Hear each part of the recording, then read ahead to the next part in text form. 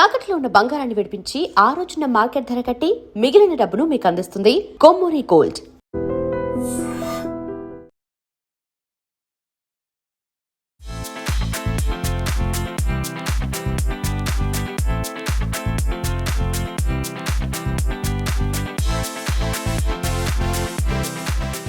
CSIR ఐఎంఎంటీలో రకరకాల bricks తయారీకి సంబంధించి సీనియర్ సైంటిస్ట్ మహమ్మద్ ముస్తకీం, అలాగే senior scientist doctor Eshwaraiah iDream మీడియాతో చాలా విషయాలు పంచుకున్నారు. ఆ తయారీ విధానం గురించి వారి మాటల్లోనే తెలుసుకుందాం.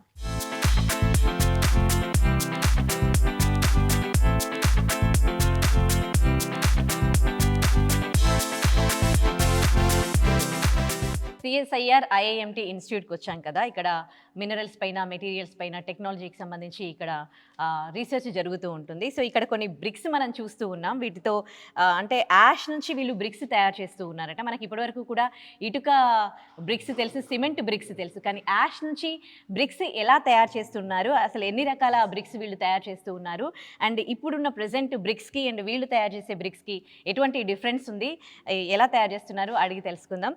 సో మనతో ఉన్నారు సయ్యద్ మహమ్మద్ ముస్తకీం గారు, సైంటిస్ట్. సో వాళ్ళని అడిగి తెలుసుకుందాం. Sir, can we know about this bricks? Here at Center for Waste Utilization, under our Environment Department, we are working on utilization of solid industrial waste in manufacturing building materials. It may be bricks, it may be blocks or tiles. So as you all know that industry is producing ash, so that as thermal power plants, they are using in Indian coal, we are having 30% around ash is there. So that ash is huge, ash are generated. So you have to utilize that in building material, because in construction sector is the huge scope is there. So there we can use this building material. Here we have developed one technology, that is fly ash brick technology. That is a cold setting process. No firing is there. Only it is a cold setting process. So it is no CO2 generated. So we have developed this technology, fly ash brick technology, and already we licensed this technology to 21 enterprises across India. Four of them are four of them are major industries and 17 are MSMEs. The major industries who are producing these bricks, they are producing more than 1 lakh bricks per day. So this technology already adapted and tested and trusted by the industries. It may be MSME or major industries. Coming to the slag, this is a steel plant waste.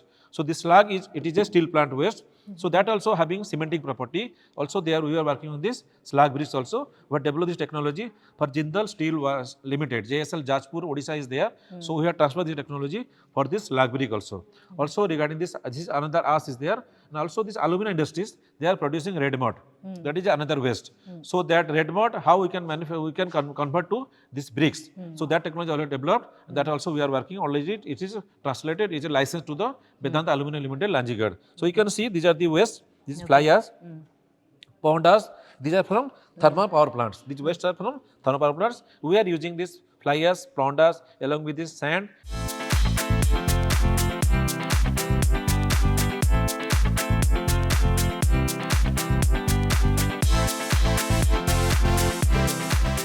Doctor Eshwaraiah గారు ఇక్కడ మన తెలుగు వారు 20 years నుంచి ఇక్కడ work చేస్తూ ఉన్నారు.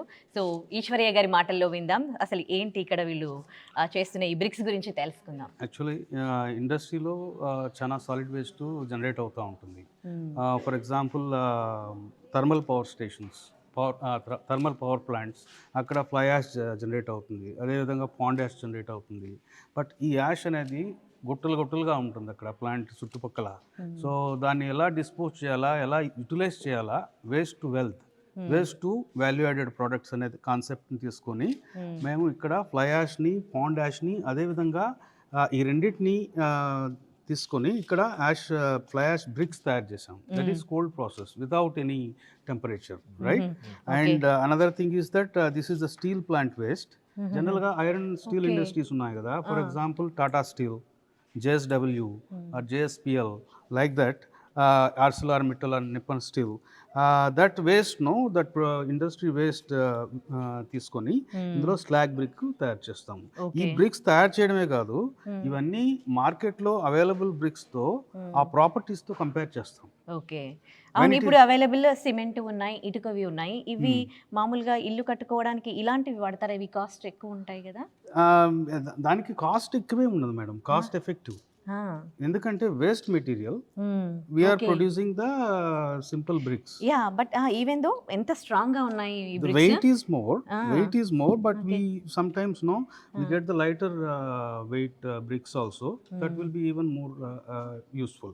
అది Okay. తర్వాత వచ్చి రెడ్ మడ్ అని ఉంది కదా, కలరే రెడ్ ఉంది. అదేంటంటే బాక్సైట్ మైనింగ్ చేసిన తర్వాత దాన్ని ఇండస్ట్రీకి పంపించి ఓర్ని దాని నుంచి మనము అల్యూమినియంని మెటల్ని తయారు చేస్తాం. అల్యూమినియం మెటల్ తయారు చేసే ప్రాసెస్లో ఈ అల్యూమినియం మెటల్ వచ్చేస్తుంది, తర్వాత వేస్ట్ వస్తుంది. ఆ వేస్ట్ అనేది ఏదో కాదు, అదే రెడ్ మడ్. ఆ వేస్ట్ అనేది చాలా ఎక్కువ జనరేట్ అవుతుంది అన్నమాట. 1 ton of aluminium process aluminium metal తీస్తే దానికి 3-4 tons వేస్ట్ కూడా జనరేట్ అవుతుంది.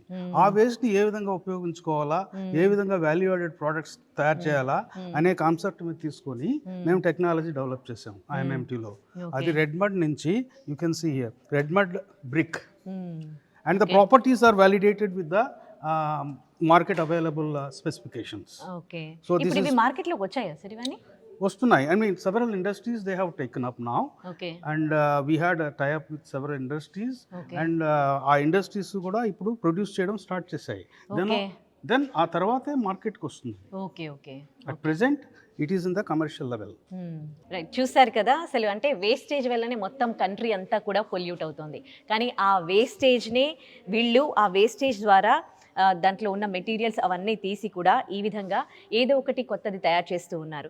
సో మనకి ఫ్లై యాష్ బ్రిక్స్ ఇక్కడ చూడొచ్చు. ఫ్లై యాష్ నుంచి కొన్ని కంపెనీస్ నుంచి ఏదైతే వేస్టేజ్ వస్తూ ఉందో ఫ్లై యాష్ వస్తూ ఉంటుంది. అలాగే పాండ్లో కూడా మనకి యాష్ దొరుకుతూ ఉంది. సో అలాగే రెడ్ మడ్ ఇవన్నింటి నుంచి కూడా వాళ్ళు ఈ విధంగా అంటే ఎటుగా బ్రిక్స్ అంటే మనం బర్న్ చేస్తాము, మనకు కొంచెం ప్రాసెస్ అయితే తెలుసు. కానీ ఏ విధంగా కూడా ఈ బర్నింగ్ ప్రాసెస్ లేకుండా పొల్యూషన్ ఫ్రీ కోల్డ్ ప్రాసెస్లో ఈ బ్రిక్స్ తయారు చేస్తారంట.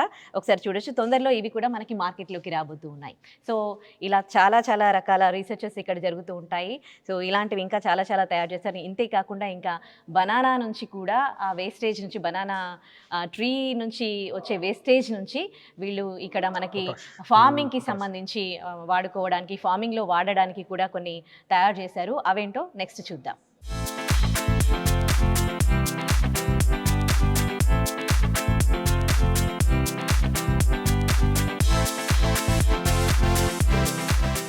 And for more videos, Please subscribe to iDream. Please subscribe to iDream. Please subscribe iDream. And please subscribe to iDream.